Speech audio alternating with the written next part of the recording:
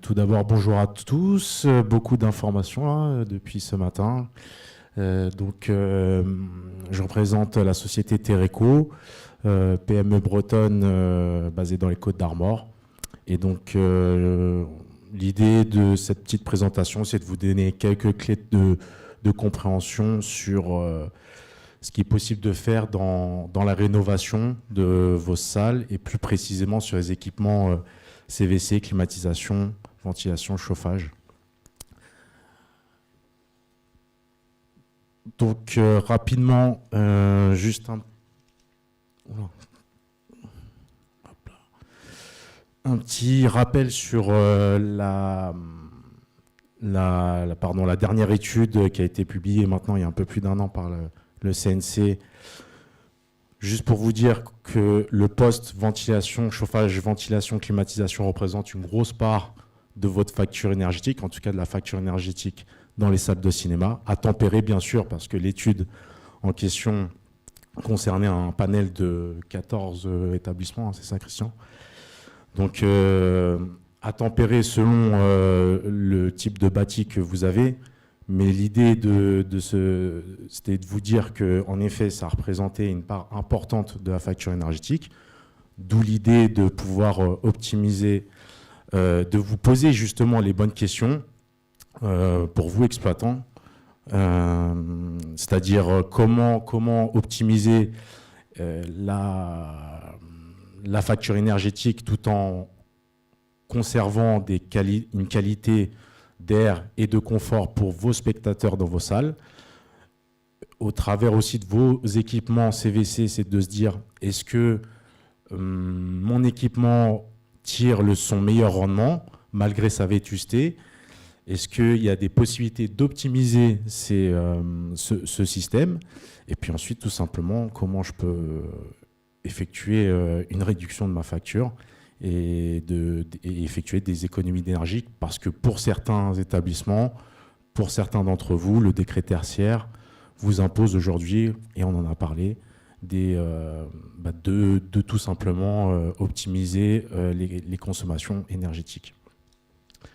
Donc justement, Erwan en parlait ce matin, des actions concrètes que vous pouvez réaliser très simplement, comme le réglage de la température, pardon, un degré de baisse, c'est 7% d'économie. Très simple, les réglages des températures, que ce soit en hiver ou en été. La gestion de la relance, puisque sur certains systèmes de pompe à chaleur notamment, vous avez ce qu'on appelle la relance, qui est donc tout simplement le temps qui est alloué à la machine pour pouvoir mettre en température votre salle. Donc ça, c'est un paramètre que vous pouvez optimiser également.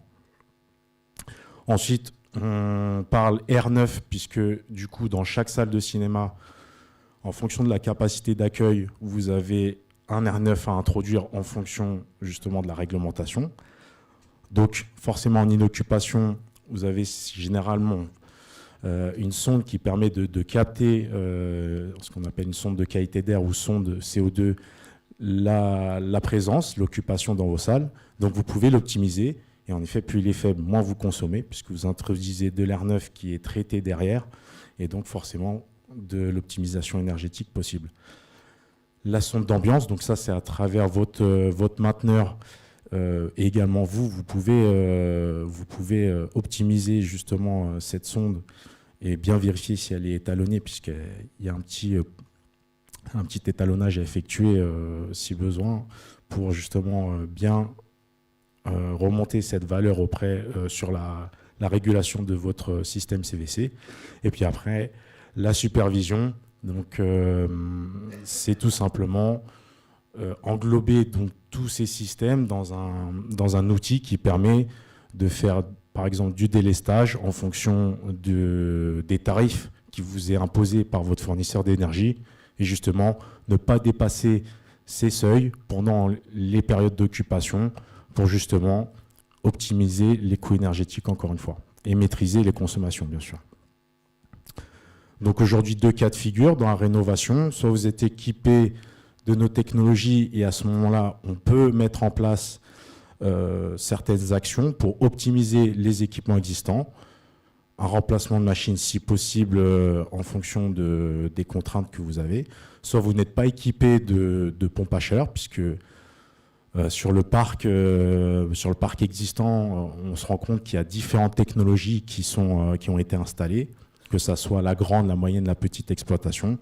Donc à ce moment-là, vous pouvez soit vous faire accompagner du mainteneur qui s'occupe de l'entretien de vos équipements, qui peut être force de conseil, force de proposition, ou alors se faire accompagner soit d'un fabricant tel que moi ou mon collègue ici, ou alors carrément une assistance maîtrise d'ouvrage, un bureau d'études, un architecte qui peut travailler aussi sur l'enveloppe du bâti, parce qu'on parle aujourd'hui des équipements qui font aujourd'hui la qualité d'air de vos salles, mais comme le disait Olivier, le bâti est tout aussi important à traiter.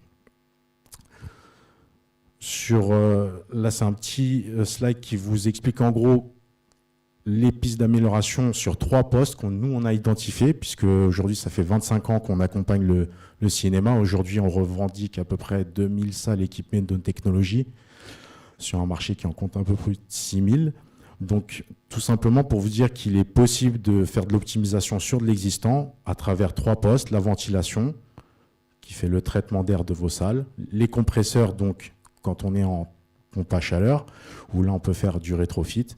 Et les batteries électriques. Donc, tout ça couplé, on se rend compte qu'avec des anciennes générations de machines pour lesquelles on a commencé à commercialiser ces technologies dans les années 96, donc ça remonte. Et aujourd'hui, par rapport aux dernières générations qu'on commercialise, on peut facilement gagner jusqu'à 27% de gains de consommation électrique. Là, du coup, par poste, on a décidé, on vous montre tout simplement ce qui est possible de faire simplement, enfin, sous certaines conditions, bien sûr sous réserve de faisabilité technique, donc en splittant par composant, composant du coup les gains possibles. Donc la ventilation forcément, où là en effet beaucoup de technologies sur le parc existant sont équipées de ce qu'on appelle de transmission poulie-courroie. Donc ce qui demande de l'entretien, ce qui est très énergivore. Donc aujourd'hui, on peut, sous réserve de faisabilité technique, changer cette technologie. La diminution aussi de la batterie électrique. Donc cet élément est là à la base pour compenser ce qu'on appelle les séquences de dégivrage. Sur les pompes à chaleur, c'est nécessaire, notamment en hiver, surtout en hiver. Et donc forcément, ça représente un coût énergétique dans la facture, en tout cas du fonctionnement d'une pompe à chaleur. Donc là aussi, une optimisation possible. La régulation, forcément, depuis 1996, la régulation n'a cessé d'évoluer. Et donc aujourd'hui, on sait en tout cas optimiser la régulation pour être toujours dans l'efficience et de l'optimisation énergétique. Donc il y a possibilité de travailler là-dessus. Et puis ensuite, les nouvelles générations de compresseurs, en effet, Fabien a parlé notamment de tout ce qui est réglementation fluide frigorigène. Il faut savoir qu'en tant que fabricant, on a cette réglementation qui nous impose justement de commercialiser des solutions écologiques avec des fluides justement qui répondent à toutes ces réglementations européennes, puisque c'est vraiment l'Europe qui nous impose toutes ces normes. Donc derrière, on se doit de proposer justement des optimisations qui sont efficientes d'un point de vue énergétique. Et un dernier slide qui vous montre en effet que dans le marché de la rénovation, les aides, les subventions sont possibles, et notamment en